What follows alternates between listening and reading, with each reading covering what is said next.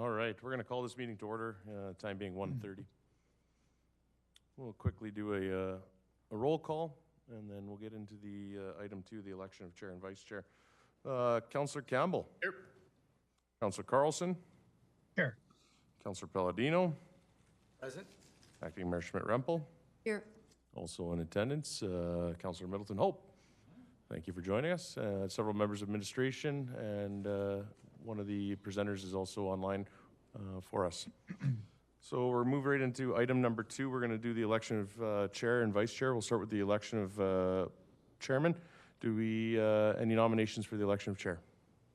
I nominate Councillor Campbell. We have a nomination for Councillor Campbell. Councillor Campbell, do you accept the nomination? Excuse me? Yes, sure. Yes. Thank you. Are there any other nominations for the position of chair?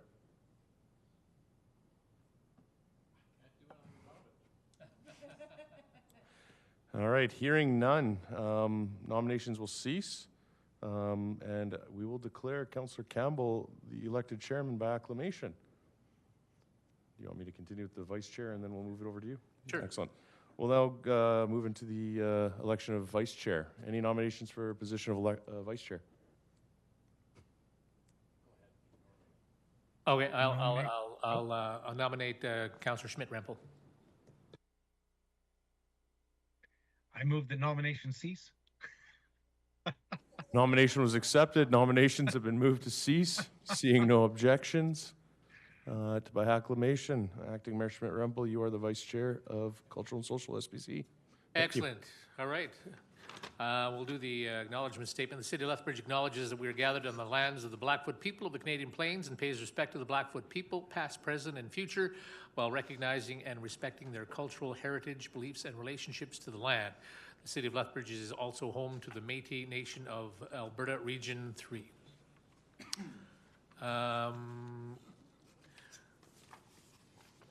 Adoption of the agenda. Be it resolved, this is from Councillor Palladino, be it resolved that the agenda of the regular meeting of the Culture and Social Standing Policy Committee on Thursday, November 23rd, 2022 be adopted as presented. Councillor Palladino. Thank you, Mr. Chairman. I would ask the city clerk if there are any additions or deletions to the agenda. There are none. Not, I will call the question. Question be called. In favor? Okay. And from me, be it resolved, no, from Councillor Carlson, I'm sorry, this is a consent agenda. Be it resolved that the minutes of the Cultural and Social Standing Policy Committee held on Thursday, October 20th, 2022 be approved, and the chair and the city clerk designate be authorized to sign the same. Councillor Carlson. Thank you, Mr. Chair. I quickly reviewed the minutes. I didn't notice any errors or omissions, unless my colleagues have anything further. I see It was a short nothing. meeting. Nothing here. I'll call for the vote. Question's been called. All in favor? All right, that's passed. First thing, there are no presentations today, but we do have submission 7.1, and this is from Councillor Palladino. But before we get to that, I guess, do we have any questions? I see Ms. James is in the audience here. Are there any questions from my colleagues here? Yeah. I guess I'll ask a quick question, Ms. James, if you could come forward.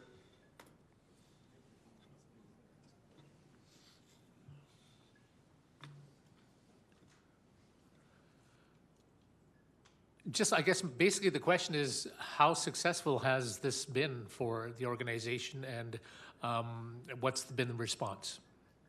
So all 32 of our affordable housing units were rented immediately. 16 of our market rentals have been rented with rental supplements in all of them but one.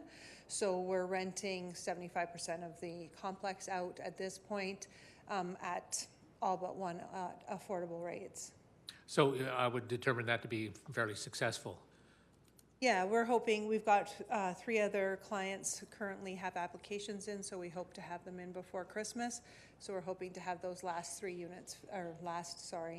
13 units filled. Has there been any negative response from the community at all?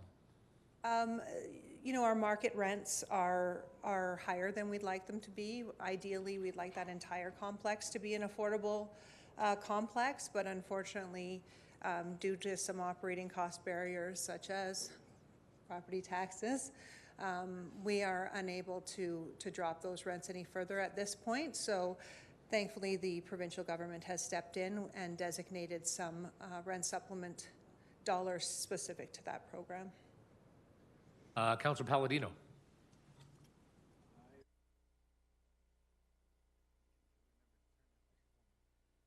Remind me again, what were the market rates? $12.50.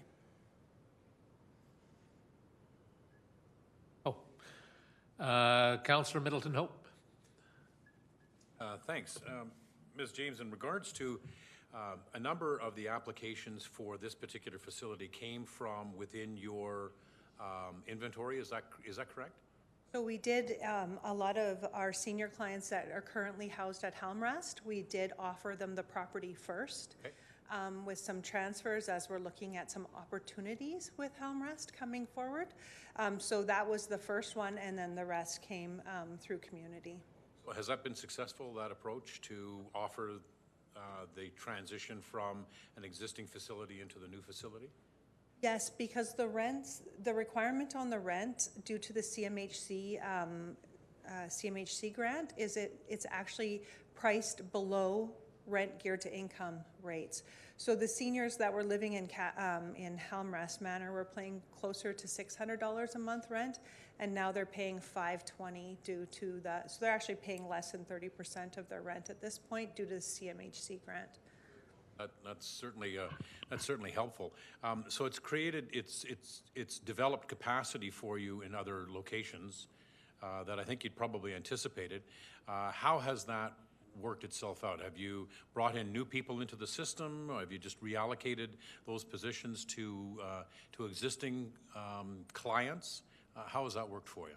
So we're still working off our wait list. We have over 800 individuals and families on our wait list. So the ones that can afford the affordable with the rent supplements, which work out to be about $850, we've been able to place those clients at Southgate, and then with the repurposing of Helmrest, we were able to place some clients, but you'll see some requests coming forward from us very, very shortly in regards to some support services and some zoning changes that we hope to look at for one of our buildings in order to ensure we are serving the client base most in need of social housing in the city of Lethbridge. Suffice to say that the demand continues to outstrip the availability? Okay. Very much. Thanks. Acting Mayor Schmidt-Rempel. Thank you very much, and thank you very much, Ms. James, for providing us with this update. Just out of curiosity, when you speak about family units, what size are those family units usually? Like our like number of people in the household, or Yeah. what size are Yeah. our units?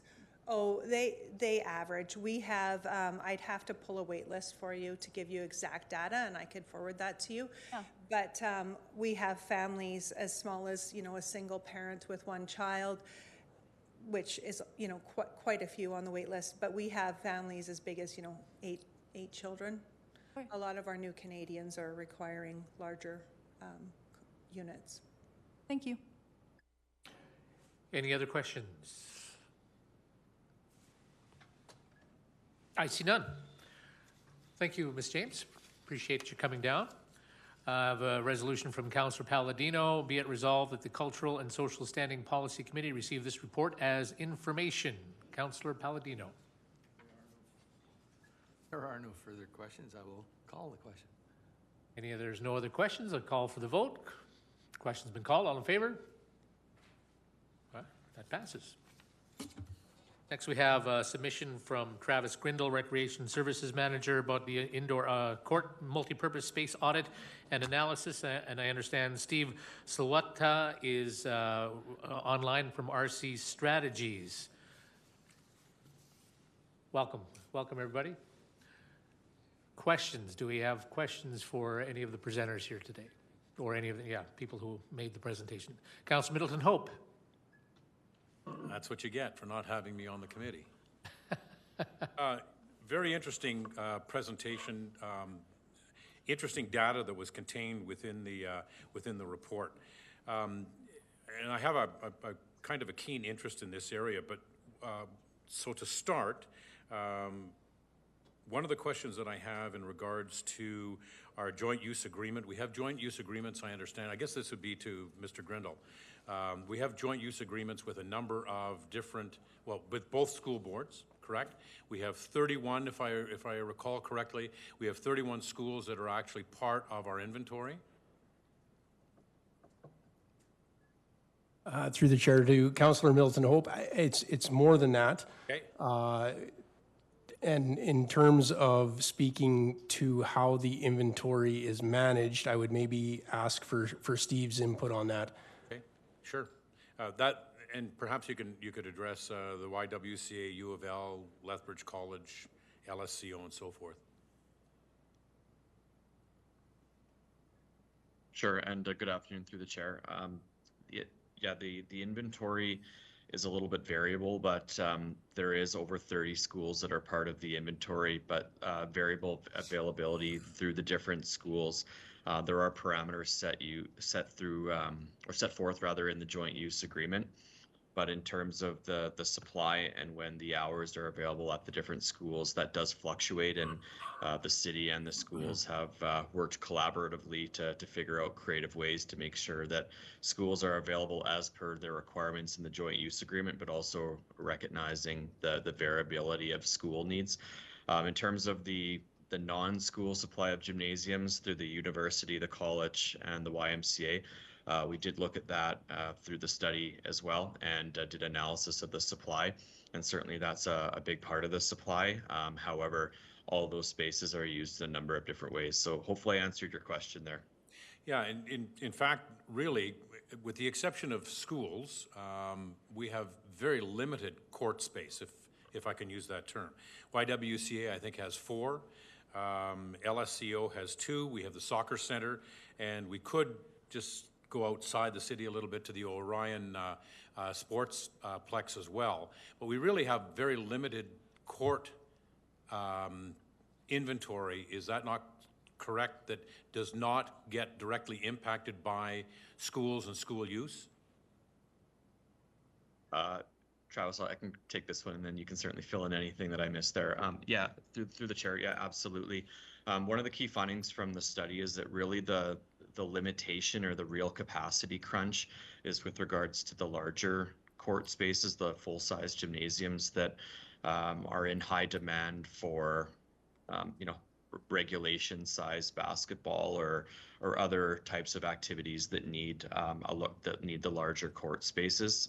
The supply within the city is mostly small to medium-sized gymnasiums, but yeah, the real pinch is kind of those larger spaces. One other question, and then I'll jump out, I guess, because I see Councillor Carlson, who has a legitimate reason to be here, may have a question, and I'll ask another question.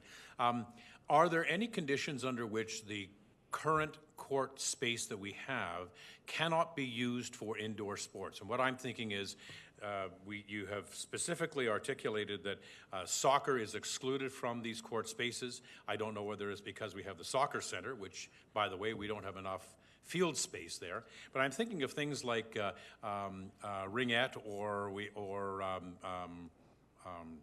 ringette, I'll use the term ringette.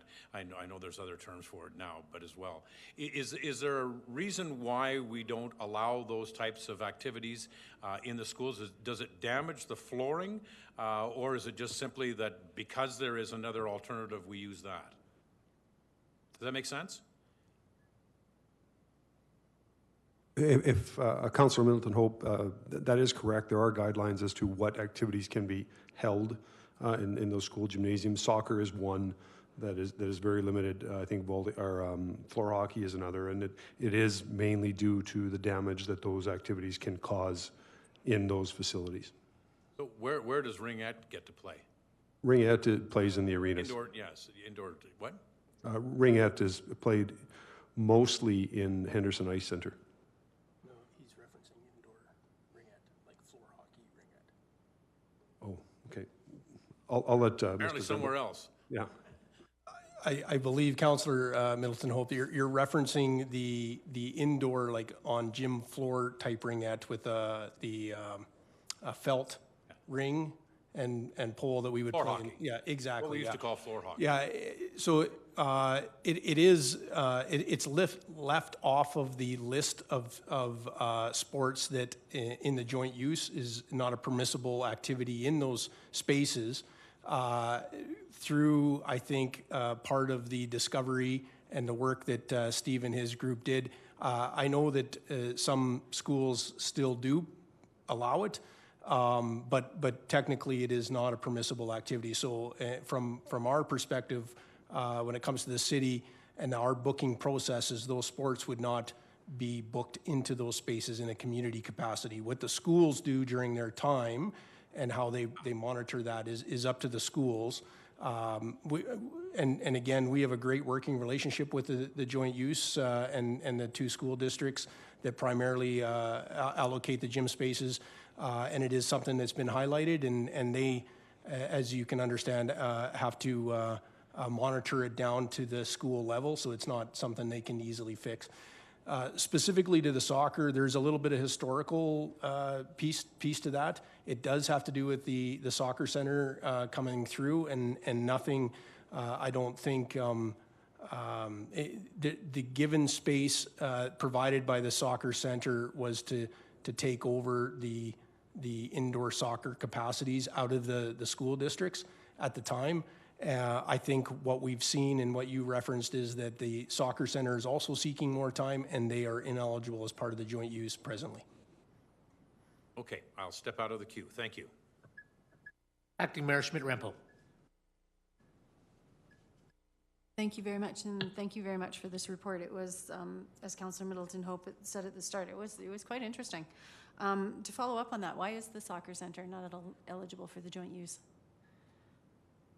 I believe, and again, maybe Steve, I think in part of his work could second this, but when the soccer center construction was underway, mid-90s, or the plans were falling into place, the pressures on the school districts at the time to access joint use was a bit of a, okay, so now we're building you your own facility, we can get the other sports in, and it then was left out of the eligible activities. There also is the concern that the hard ball, so with a true soccer ball, there would be copious amounts of potential damage, so that wasn't allowed, but I know I have received a number of requests saying, well, what about the old felt ball or the Nerf ball that again we played with, and as it currently stands in the current joint use arrangement, it is not an allowable activity. Okay. First question sort of I have is, what are some of the barriers to use that we're finding with the facilities? So, and I'm not talking sort of physical barriers to use, I'm talking about the actual barriers to booking, to being able to get out to use the facilities. What are those barriers that we're seeing? Thank you for the question. I think that is a Steve question. Thanks, Travis. In terms of the if I'm understanding the question, the non-infrastructure specific barriers, I think there's a couple key things that we uncovered through the process. One would just be the consistency of availability of the gyms. Again, the school boards and the city have a great relationship, and the joint use agreement's been very successful, but there's certainly the gyms have school requirements or things that limit some community access at certain times. Certainly there's some school staffing challenges as there are in a lot of different areas that have something to do with availability of getting access to the gyms. So those would be a couple of the things that to varying degrees would limit access. Obviously COVID presented a lot of challenges in terms of gaining access to school gymnasiums, and we heard a lot about that through our engagement as well, just given the time in which we did the study. All right. And then are we doing some benchmarking around public access to school gyms with comparator communities? We did benchmarking in terms of overall supply. As far as access goes, that's a bit challenging to do benchmarking on because every community has a different context. But somewhat anecdotally, I would say that like Lethbridge has been a leader in terms of having a joint use agreement and having the relationship that you do with your school system. So in other communities, it is even more challenging than what you're facing. But as a general trend, getting access to school gymnasiums is something that we see in virtually every community we work in across Canada. All right, and then as part of the recommendation we have forward, coming forward, or as part of what administration is looking at those joint use agreements then? Okay. Correct. Yeah. Thank you. Councillor Carlson. Thank you, Chair Campbell. Not sure who can answer this. Appreciate the report and the information therein. Kind of following up on Acting Mayor's question, not so much about barriers, but when we look at the stakeholders who were engaged and provided their comments and feedbacks, I couldn't exactly find out what they were saying. Were they saying there isn't enough gym space, or we don't like the gym space, we want in the Class A gym space and we can only get the Class D, or whatever it would be? What are we trying to fix? What exactly is broken? Do we know that there's not enough gym space or time available, or is it just not of the quality, or is it a booking concern, or I couldn't figure out what the issue is. I think this is probably a best question for me to answer. So thanks, Councillor Carlson, for the question. I think there's a couple key themes that emanated out of our stakeholder engagement. In terms of overall supply of gym space, I think groups certainly, there was some frustration expressed about getting access to enough of the existing gym spaces that are available, but also an overall belief that there isn't enough of, and I mentioned this earlier, of the larger size gymnasium or court spaces, those in some, the kind of multi-court type gym facilities that can support, tournaments and the more senior levels of sport or adult sport, adult recreational sport, higher levels of youth and teen sport. So kind of having those sort of hub facilities that are more suitable for those type of activities, tournaments, games, and so forth. So I think there's a couple different things. So just to recap, it's kind of the overall supply of those larger spaces, but then also trying to maximize getting access to the school gymnasium supply. And thank you for that. And have we verified, or maybe this isn't the report to have done so, but the actual need and usage, should we have a bigger supply? And I'm just going back to my experience with the Performing Arts Center. When the initial studies were done back in the early 2000s, a lot of our stakeholders said, yes, we want this and we want this. And then they said, and if you build it, we'll use it 1 day a year, and somebody else will use it 2 days a year. And we realized, okay, wait a second, we're going to build this thing and it's going to be used 3 days a year, because people want it, but they only want it for their 1 day or their one tournament. And so is that something that has been explored, the actual need and capacity versus I'd really like it? Yeah, thank you for the question, Councillor Carlson. In terms of the need, I think our work would validate that there is a need based on a couple different inputs. One being the lack of capacity that exists for those hub spaces. So there's quite a bit of utilization analysis in the document that shows that the existing full-size court spaces, particularly at the secondary schools and some of your post-secondary partners, are extremely well used and don't have a pile of capacity available. So I think there's and along with trends and benchmarking and some of the indicators, there's the assessment of need, but we've also suggested a feasibility study to further explore what what that type of facility could look like, what it could cost, what the ideal program in terms of, number of courts. And I think that's a really good opportunity to further explore some of the things that you raised there that I think are really important. Getting some, not necessarily commitments, but drilling down a little bit further on how much those groups would actually use a new hub facility should one be developed. Hey, thank you for that. Mr. Chair, I have a couple more questions. Should I hop out? Go ahead. Okay, thank you. Some of the recommendations that are coming out of this, in fact, I think the thought process of the motion coming forward is to throw this back to our administration and have them sort of go through and bring us some recommendations and actions, etc. Is my assumption. So would one of those be, and I don't know if this is going to be a fix for anyone or anything, but to expand our joint use agreement. I know there's several faith-based organizations in town who also have gym space. I'm familiar with a couple of United churches and Anglican churches have gymnasiums, and they're not part of our booking system or joint use agreement. Is that something else that could be explored? Thanks for the question, Councillor Carlson. I think that is a definite opportunity. One of the recommendations coming out of the report is to kind of refresh that joint use agreement, look at opportunities for efficiencies in the existing agreement, but also to see what we can do to expand the inventory and access to those inventory. And obviously, a great suggestion would be to include the Catholic school system to see if we can get some type of an agreement in place for a joint use with them as well. Or the Christian, sorry. Yeah. Okay, thank you for that.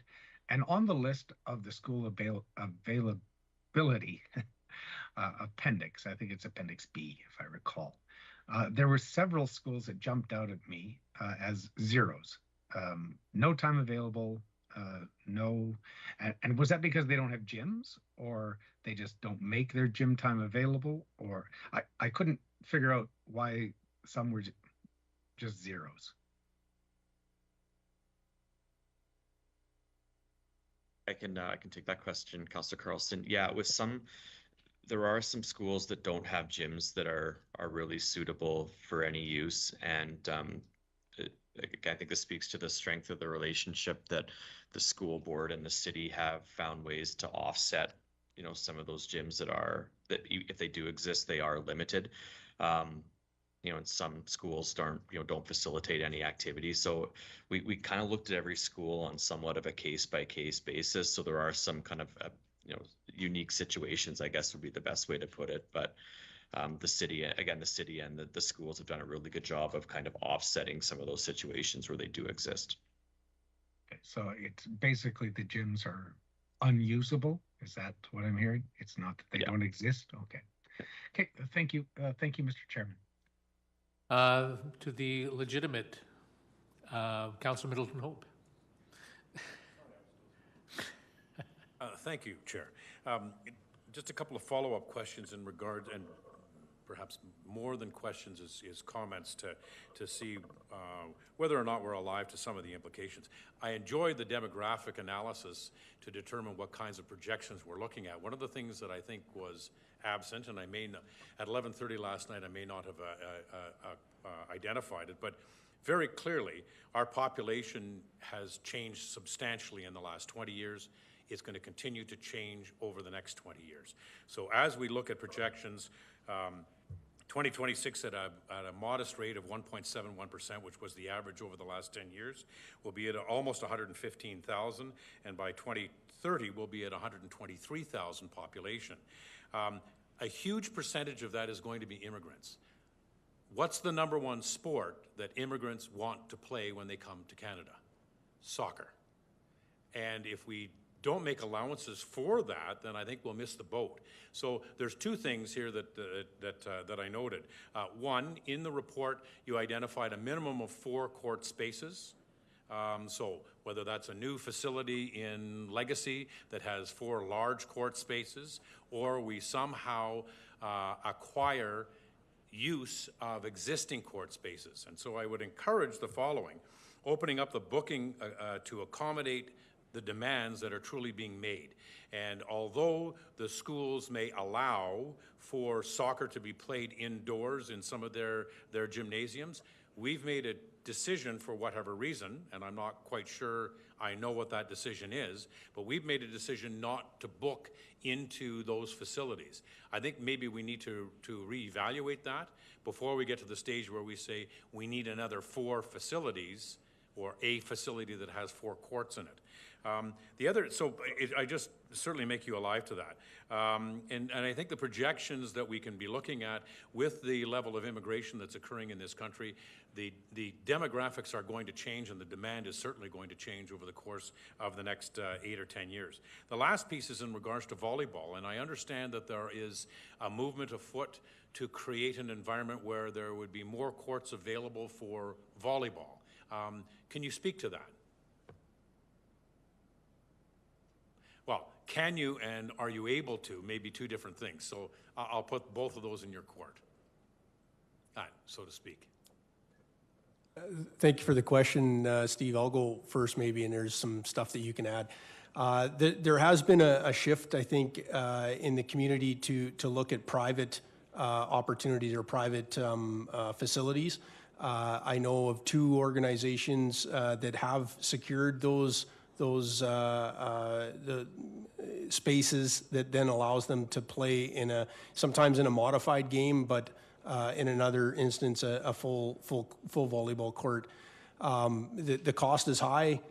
They look at it on a yearly basis, and I know that it isn't perfect to what they are looking for. I can also speak to another organization that has been seeking that private space for some time and can't find something that works.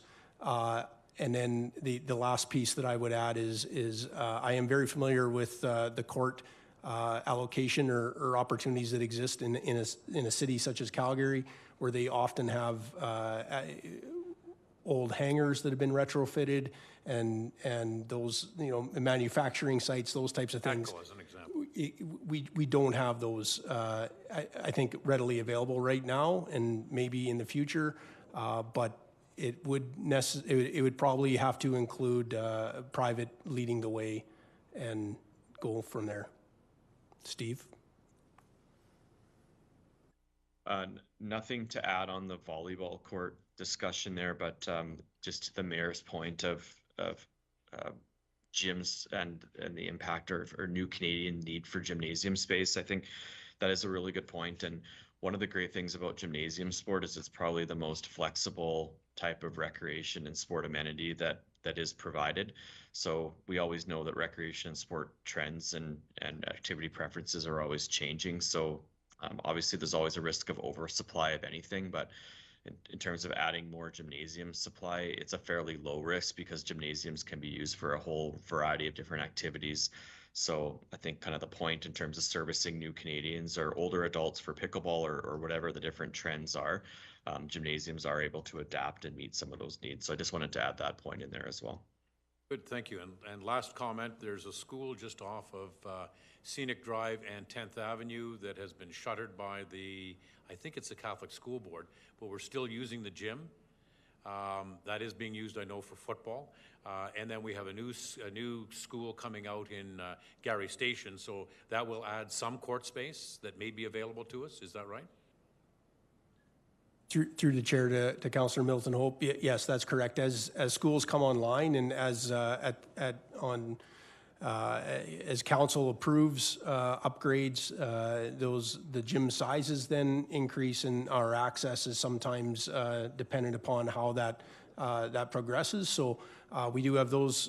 We have the school on the southeast side also has just come on board and would be added to our inventory starting next year. And like you said, the school on the west side is also in the works. Good. And thanks for commenting on the southeast quadrant of the city. I appreciate that. Thank you, Your Worship.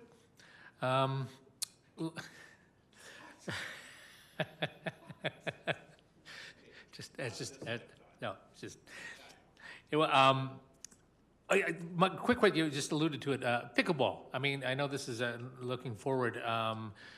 If you had your crystal ball or everything, I mean, I know the reports are pickleball has been getting bigger and bigger right across North America. What do you see as kind of throwing a wrench into the whole plan if pickleball becomes what it is projected to be? And whoever wants to take that. Sure, I can start, and then Travis or Robin, please jump in if I miss something.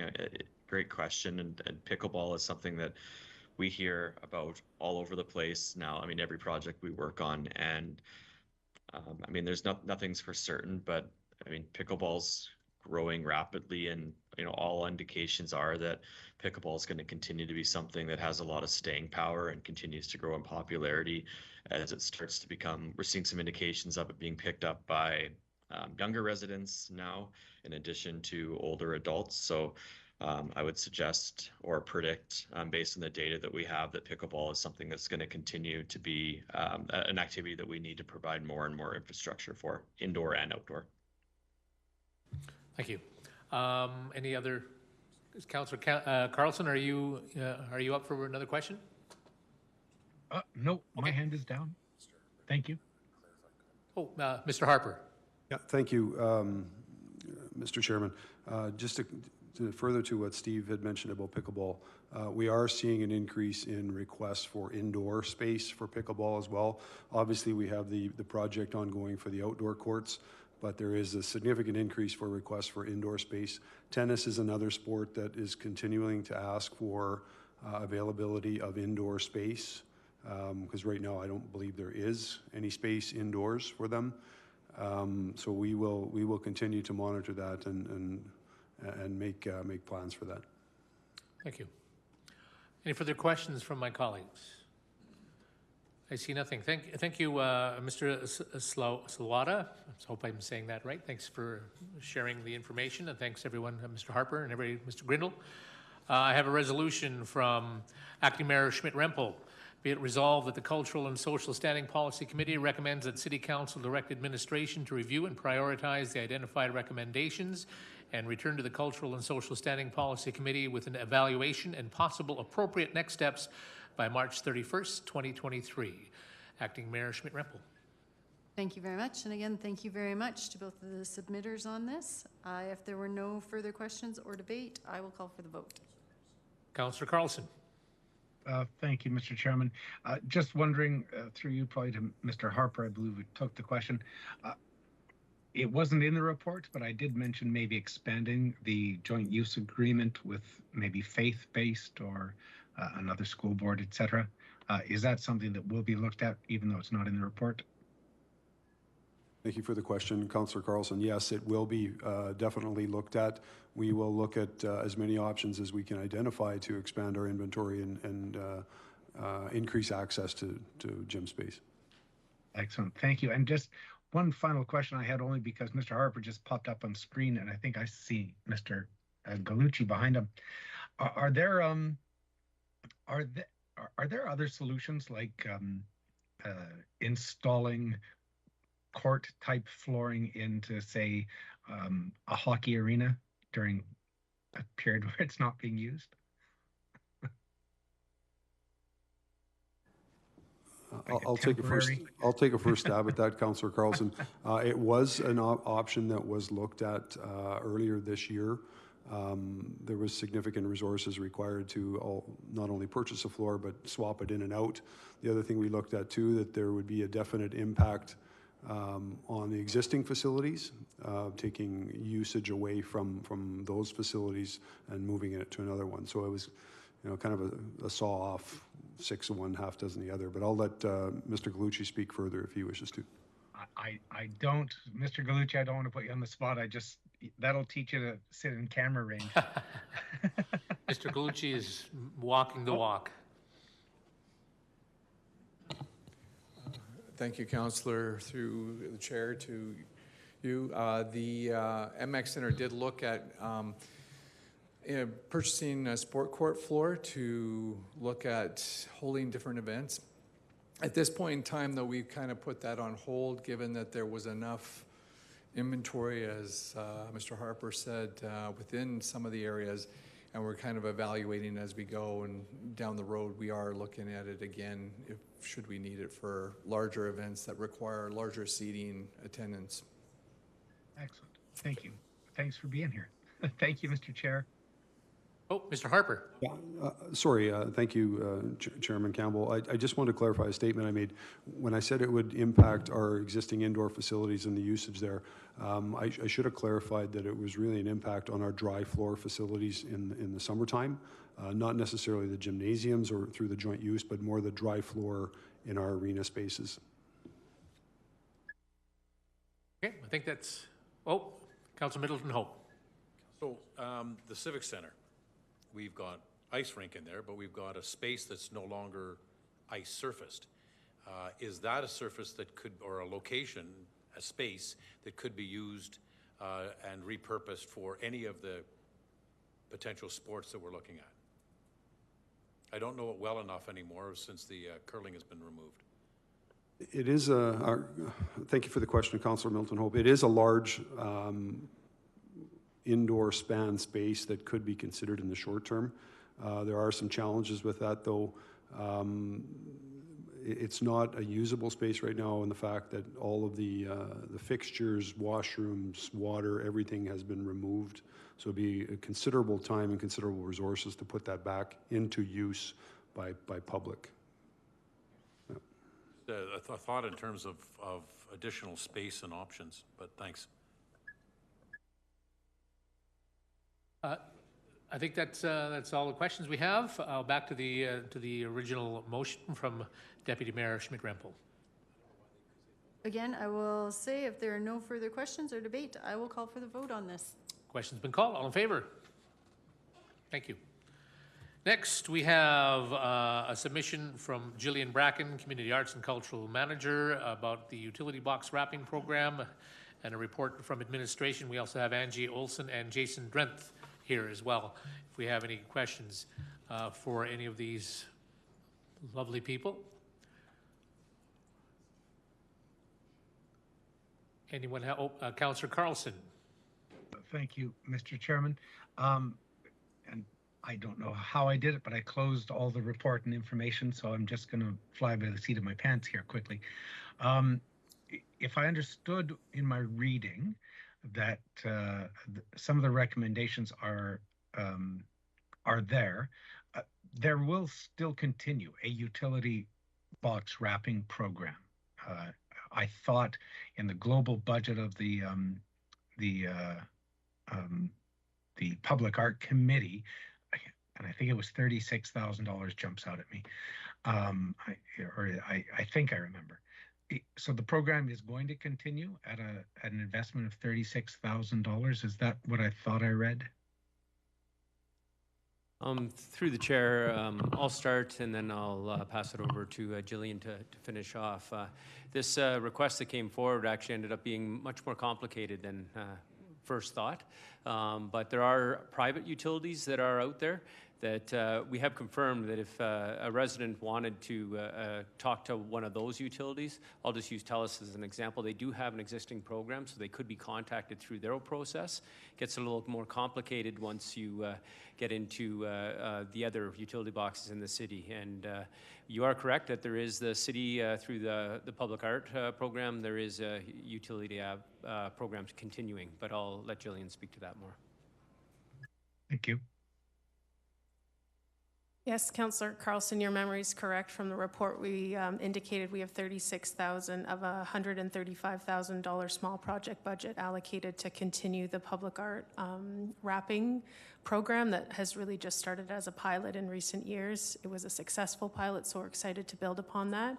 We're also hoping to leverage some of our partnerships, both internally and externally, to build upon the funding that we'll invest, hopefully to do even more boxes.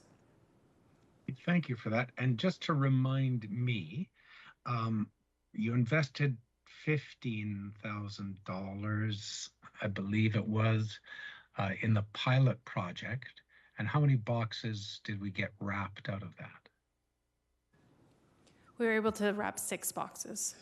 6. So just simple math, if it holds true, with the 36, will A be able to wrap another 14? Yes, we haven't yet tested the market, so inflation may hit us a bit, but based on those figures, yes, we'd be able to wrap approximately 13 or 14. Okay, thank you for that. And final question, if I can, Mr. Chairman.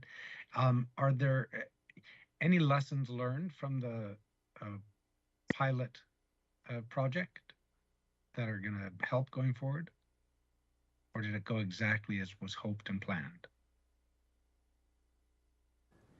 There are always lessons learned, even when it goes as planned. I think if I can, Councillor Carlson, I'd like to welcome Suzanne Lintup to offer some feedback from her perspective on some of the lessons we learned. Both Suzanne and her colleague Katie, who are here in Chambers, were instrumental in preparing the report for Council from the Public Art Committee. Thank you, Ms. Lind. Welcome. Thank you, and good afternoon. I think the pilot project was hugely successful, and we did learn much. One of the first things we learned was about wrapping in Lethbridge and the parameters around weather in terms of vinyl wrap and how you lay out a program and plan for the wind and the dirt and so forth. The initial conversation actually started many, many years ago about wrapping utility boxes when George Cool was downtown manager, and sort of the interest in beautifying the community. We did do some testing around painting, so we did paint a box to see what does that look like, is that an alternative? And quickly learned that there are some real challenges, both from sort of a technical point of view in terms of safety on site, what kinds of barriers need to be put up when somebody's working, the availability for community artists, which this program was established really to engage. Some artists don't have necessarily the skill set to tackle a big three-dimensional box, but certainly have the ability and skills to engage in the design process, which is why we landed on the vinyl wrapping. The other thing we learned through the process was how important it was to be working across the corporation with the various partners. So when you're talking about boxes, be they electrical boxes, transformers, any of those pieces, obviously those are working pieces of equipment. And so that relationship is so important, the ability to work across the corporation with the various partners to get things done appropriately in a timely manner, to make sure proper labeling is going up, those sorts of things. So those relationships are very important. And I think the biggest learning is that utility wraps are immediately embraced by the community. They are very accessible. So from the point of view of our citizens, the ability to engage with the beautification, but also for our artists, the response was tremendous from community artists when we did the call to have that opportunity to share their work with the community. So those are some of the high-level learning. It's a great project. It really is. And also it helps extend the life of the boxes. Mr. Chairman, if you'll allow me to ask a follow-up to that, only because I love the project and the uniqueness of each one. Would there be any economies of scale? Say you selected 6, 12, 15, I'm not sure how many you'd go for, artists and artwork, and then say, these are going to be rolled out throughout the community, and not just each artist gets one box, but perhaps each artist gets 10 boxes. So you cut down on the design fees, maybe you get a deal on printing, I don't know. Is that anything that was ever discussed, or is having each one unique important? Yeah, that's what makes it art. I think there are always ways to deliver programs. You can buy stock photos really cheap and wrap things, and they'll be beautiful. the impact on the community in terms of uniqueness, it's sort of, they'll just be things with a different wrapping. I think what engages people is when you walk by a box and you do a walk in Galt Gardens and there are 6 really distinct boxes with different stories. That's what actually makes the program strong. Otherwise, it becomes just an exercise in making things pretty. But it's when people will start to walk by them. Like there isn't anything to draw you in because I've seen 6 of them already. The other piece of that is these are not huge, expensive projects, and the conversation around public art is always about community and engaging community and giving opportunity to community. When you start doing big projects, we met today with an artist who's coming into town around the technical aspects of doing a large project and the engineers involved and all of the trades that are involved and those sorts of things. Those are overwhelming for community artists often. So these programs actually provide opportunity for artists at all levels of their career to participate and have their work shown. And we pay them a small design fee for in respect of the work that they're doing. So as long as that priority remains to engage community artists, this is like the perfect, most ideal project there is because it's truly accessible to all artists at all stages. And it makes for a better project. And there you go. I appreciate that. I guess I was thinking like, I think it was Tourism Lethbridge that designed, I think it was 6 different pieces of art for our major attractions. And then they've been put out throughout community. Maybe it was just my jealousy about an artist I have many pieces hanging in my house. And their box is hidden behind CASA. Which is lovely, but I would like it in my park, so I can walk around. And I think that this is the thing, that same artist could apply again and do a very site-specific box that reflects sort of the environment that it's in, right? So the boxes in Galt Garden had a certain theme around them, where the artists were challenged to look at those themes as they were developing their designs. If you were in Legacy Park, there may be a completely different kind of framework put around the call, and the artist will then respond not only to that theme, but also to the box. I mean, it's quite remarkable when you look at those boxes. Each artist addressed the box that they were assigned. In fact, some of them chose boxes based on, I have a concept, this is my preferred box. Excellent. Thank you. They are works of art. They certainly are. I love them. Thank you, Mr. Chair. Thank you, Ms. Lind. Councillor Middleton from the Hope. Thank you, Councillor Carlson.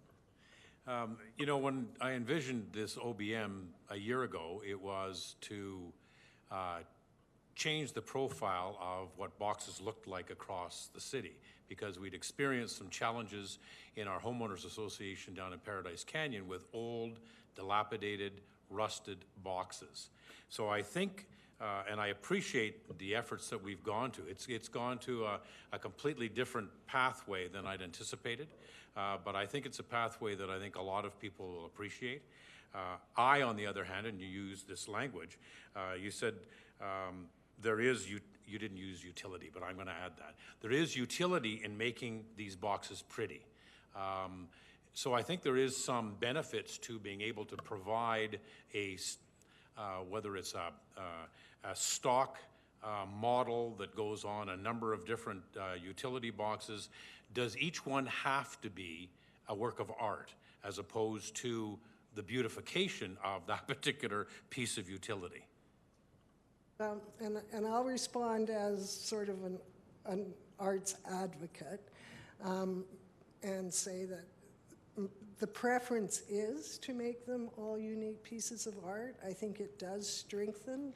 And I think there is always sort of the challenge around if you're running parallel projects, will we start to default to, well, it's way easier to go to a catalog and pay $100 for a design, and will that at some point start to undermine some of the work that's done with an arts-based program? So I come at it very much as an arts advocate, and sort of the opportunities for artists, and I think it makes for stronger boxes and more interesting boxes.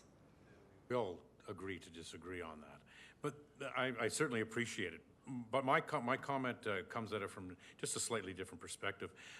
There does not appear, and this might be to Ms. Bracken, there does not appear to be any provisions currently for homeowners associations, neighborhood groups to be able to pay for wrapping utility boxes in their area of the city. Is that correct, or do we have access to the 36,000 or another pool of money that would help these groups achieve the same, well, achieve a similar goal? Through the chair to Councillor Middleton Hope, at this time, the only funding that we have is public art funding for boxes that would be wrapped by the public art program.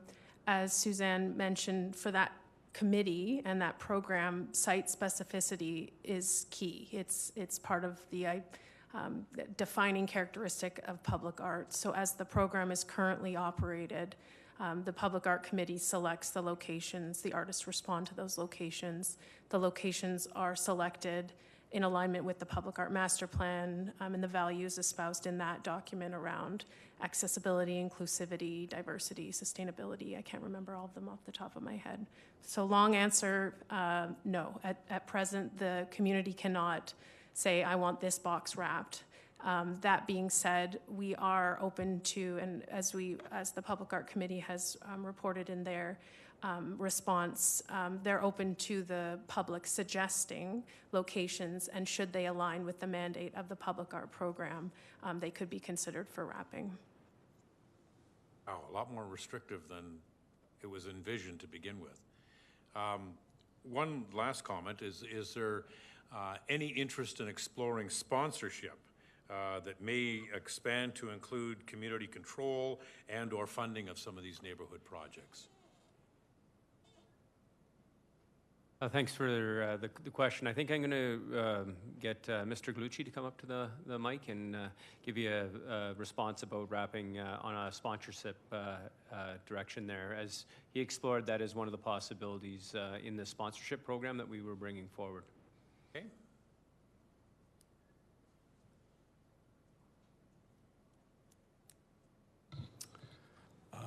Through the chair to Councilor Middleton Hope. Yeah, when we investigated, it was found that we would, through sponsorship, through corporate sponsorship, that typically that they would want to have their logo or some other form on it, which makes sense, because it would be them advertising that they were able to provide something. We would, though, not do them individually. We do them more in allotments of 10 or 12 in certain, and then choices throughout the city. But there are restrictions with that. You can't just do that with all boxes. There's rules and laws around different boxes. And then would it work in a way that actually helped the areas that needed help? So we found it to be not an effective use initially, and would be something we could look at down the road, but currently it would not be part of our sponsorship program. I think one of the lessons that I think we need to learn out of this is how to say yes. And I think that's important. Thank you. And if I can just get Angie from Planning and Design to also speak to that, where once we start to get into sponsorship, it also gets into some of the signage areas. Yeah. From the chair to Councillor Middleton Hope, the land use bylaw does regulate signage on private property. So if anybody is advertising on private property, either the sign section of the land use bylaw would be part of that, or the billboard section of the land use bylaw would be part of that. So there is a lot of rules and parameters around that currently. Yeah, I would agree with you. I think what I'm not thinking in terms of having the hurricanes draped over a utility box. I'm talking about a design that is approved by the city and a small logo in the corner of perhaps one side, four sides, whatever, that indicates that the hurricanes, as an example, were sponsoring that particular utility wrap. So Yeah. is that something that can occur? No, not currently. Okay. A lot of these utility boxes are actually located even on RL properties, so low density residential properties. Yeah. And the only advertising that you can have in that district is identification. So it would be your house address, for example. And some of them that are located in like a commercial district, they might be able to do that, but they would have to apply then for a billboard if it's in a district that a billboard is allowable. Okay, thank you. Councilor Palladino. Thank you, Mr. Chairman. I wouldn't want to see these boxes dressed up by the public. Well, Save On Foods or car dealerships, they're all going to want a piece of the action. I think we've wandered a little bit from art in the park to billboards or painted bus shelters or what have you. The question I have, I've only seen them from my vehicle, so I have to be honest, I haven't walked up to one and studied it. Are the artists' names, are they given credit on the box themselves? Through the chair to Councillor Palladino, I might defer to Suzanne on this one. I think if the artists incorporated a signature in their designs, they are, but we haven't printed anything on the design if it wasn't initially incorporated.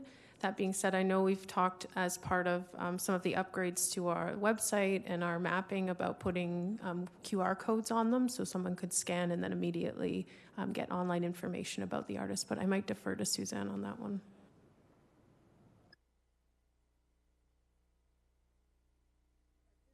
At this point, they don't have the artist names, and I know doing some traveling earlier this year in Sydney, BC, they've actually got small names and bios that are included and incorporated, which is some of that learning as you move forward to improve. We are looking at QR codes because that way information can be, you can have a lot of information about the artist as well as their artist statement, and people can quickly learn a lot about the artists. Thanks, that makes sense to me too. So carry on with the artist's name on there. Thanks. Any other questions from my colleagues? I see none. I really love the program, and I sure love the photos that were submitted to us. There's some great artists, some amazing work, and it's just great to have that as part of our city. I have a resolution from Councillor Carlson. Be it resolved that the Cultural and Social Standing Policy Committee recommends City Council receive the Utility Box Wrapping Program Report as information. Councillor Carlson. Oh, thank you, Mr. Chair. Unless my colleagues have any other thoughts or questions? There are none. I will call for the vote. Question's been called. All in favor? Thank you. And that is a wrap. Thank you very much, everyone. Boy, do you look like Phil.